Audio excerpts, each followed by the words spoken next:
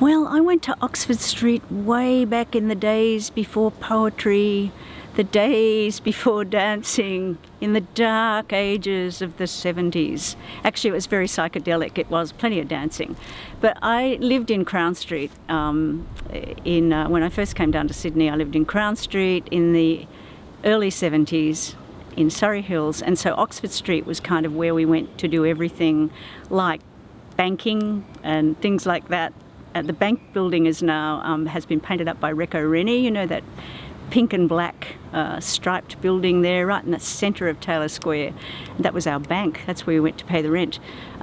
So yeah, I first went to Oxford Street a long time ago, about 40 years ago, and watched it change and evolve, and watched it come into being a kind of gay precinct after 1978, which seems really important, that there be a gay recognition, because homosexuality and lesbianism homosexuality wasn't legal. Lesbianism, nobody quite knew what it was.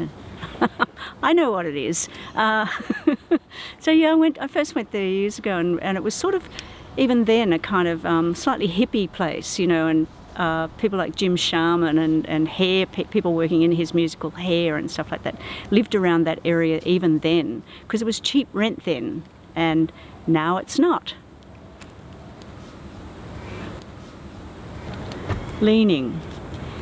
I could watch a Firebird nature program, or let it run, ignore it, and lean from the window into the giddying view. So dense is the air above the traffic in Flinders Street, 6 lanes wide, and the static city towers beyond a dirty patch of olive and other greens that is Hyde Park. Or spend some minutes scratching library labels from the spines of out-of-print obscurities in this double divan situation. A sort of irksome Larkin land, the bedsit odours, cheese on toast and floor polish. Phagophobic ravers stagger off at dawn, drug-whacked and whooping. Remnants shove the milk crate from corner to squalid corner, trailing the cask in a torpor behind the 24-hour Shell Select. Another day slides slowly on, another effulgent sunset. Sharpened streaming red dot tail lights, little beacons passing through.